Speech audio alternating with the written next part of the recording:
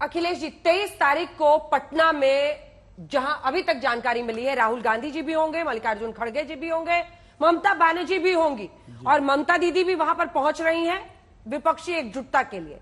इस सब के बीच पश्चिम बंगाल में जो ये हिंसा आप देख रहे हैं, एक के बाद एक बम फोड़े जा रहे हैं सड़कों पर, एक व्यक्ति की मौत भी हो गई है, इस पर क्या कहना है आपका? कांग्रेस का क्या स्टैंड है? पिछले 2 महीने से तो हम मणिपुर को जलते हुए देख रहे हैं। आप एक की जान के किसी की जान जाए, जान बड़ी कीमत होती है। कितना 100 जान मणिपुर में गए हैं। कौन राज कर रहा है वहां पे? क्यों वहां पे हिंसा रोकी नहीं जा रही है? क्यों वहां पे साफ दिख रहा है कि सत्ता में बैठे लोग किस तरह से एक वर्ग विशेष को टारगेट करके हिंसा का शिकार बना रहे हैं? कहां है केंद्र की सरकार और वहां के प्रदेश की बीजेपी की सरकार, डबल इंजन की सरकार? रोजाना नए नए पोल खुल रहे हैं। जब बीजेपी हारती है या जीतने का माध्यम नहीं रह जा पाता है, इसके पास कोई उपलब्धि नहीं होती है, ये हिंसा और दंगे और कट्टरता और हिंसकता का सहारा लेती है। आप देखिए, आपका ना दंगे अयोध्या में रात को एक विशेष वर्ग के कपड़े पहन के, टोपी लगा के, एक पूजा स्थल पे आपत्तिजनक चीजें फेंकने वाले कौन लोग थे? अगर वो सीसीटीवी कैमरे में पकड़े नहीं गए होते तो वहां पे उस जिले को जलाने का षड्यंत्र किसने किया था? किस दल के लोग थे जो पकड़ के पुलिस ने सामने किया? हालांकि उन अधिकारियों का दूसरे दिन सबका ट्रांसफर हो गया।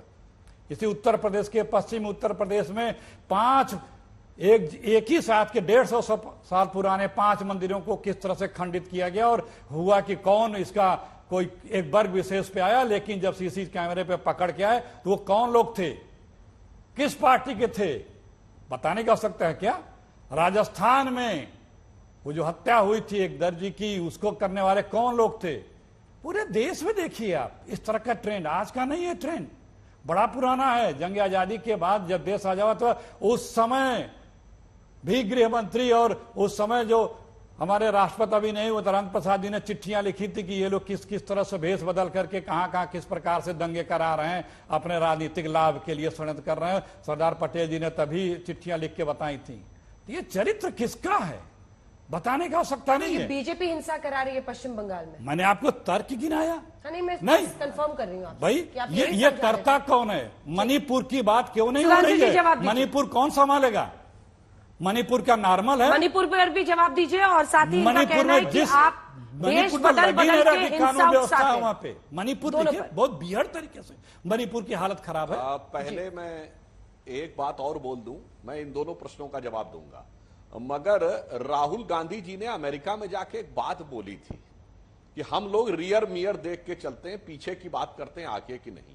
अंजना जी, आज तक एक भी डिबेट ऐसी नहीं हुई है और इसमें फिर ये हो गया जिसमें कांग्रेस के नेता तुरंत आजादी के समय सरदार पटेल और नेहरू और जाने आजादी के पहले के दौर में न चले गए। एक डिबेट नहीं दिखा सकते, हमेशा रियर व्यू देखने की इनकी आदत है और वही आज एक बार इन्होंने बता दिया। अब दोनों बातों का जवाब देता हूं।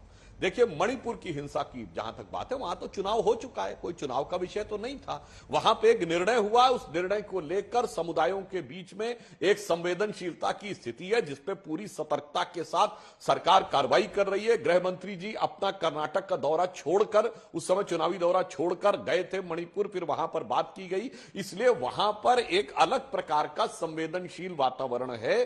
केवल इसलिए कि एक निर्णय हुआ जिसमें एक समुदाय को लगता मेरा लाभ हानि का विषय था, उसका कोई राजनीति से या चुनाव से मतलब नहीं है। और आपने बड़ी विचित्र बात कही, मतलब आप कह रहे हैं कि बंगाल में हम विपक्ष में हैं तो हम जिम्मेदार हैं, उत्तर प्रदेश में आप कह रहे हैं हम सत्ता पक्ष में हैं तो हम जिम्मेदार हैं। मतलब विचित्र बात है, सत्ता में है तो भी हम ही जिम्मेदार हैं, विपक्ष में हम भी जिम्मेदार हैं, और आपने तो सन 47 गिना दिया, हमारा जन्म नहीं हुआ था तब भी हम जिम्मेदार हैं। मतलब ऐसे आप लोग अद्भुत तर्क देने लगते हैं तो मेरे विचार से देश की जनता को यह बात समझ में आती है कि आपके मुंह से एक बार नहीं निकल रहा है। चलिए, आपके भी कार्यकर्ता भी तो मारे गए हैं बंगाल में, क्यों नहीं बोलते आप लोग? मुझे याद है राष्ट्रीय अध्यक्ष के रूप में जब 2019 के चुनाव में वर्तमान गृह मंत्री अमित शाह जी गए थे तो उन्होंने कहा था कि कम्युनिस्ट और कांग्रेस पार्टी के कार्यकर्ता भी तृणमूल के द्वारा हिंसा में मारे गए हैं। मैं उनका विषय भी उठा रहा हूं जो कांग्रेस और कम्युनिस्ट नहीं उठाते।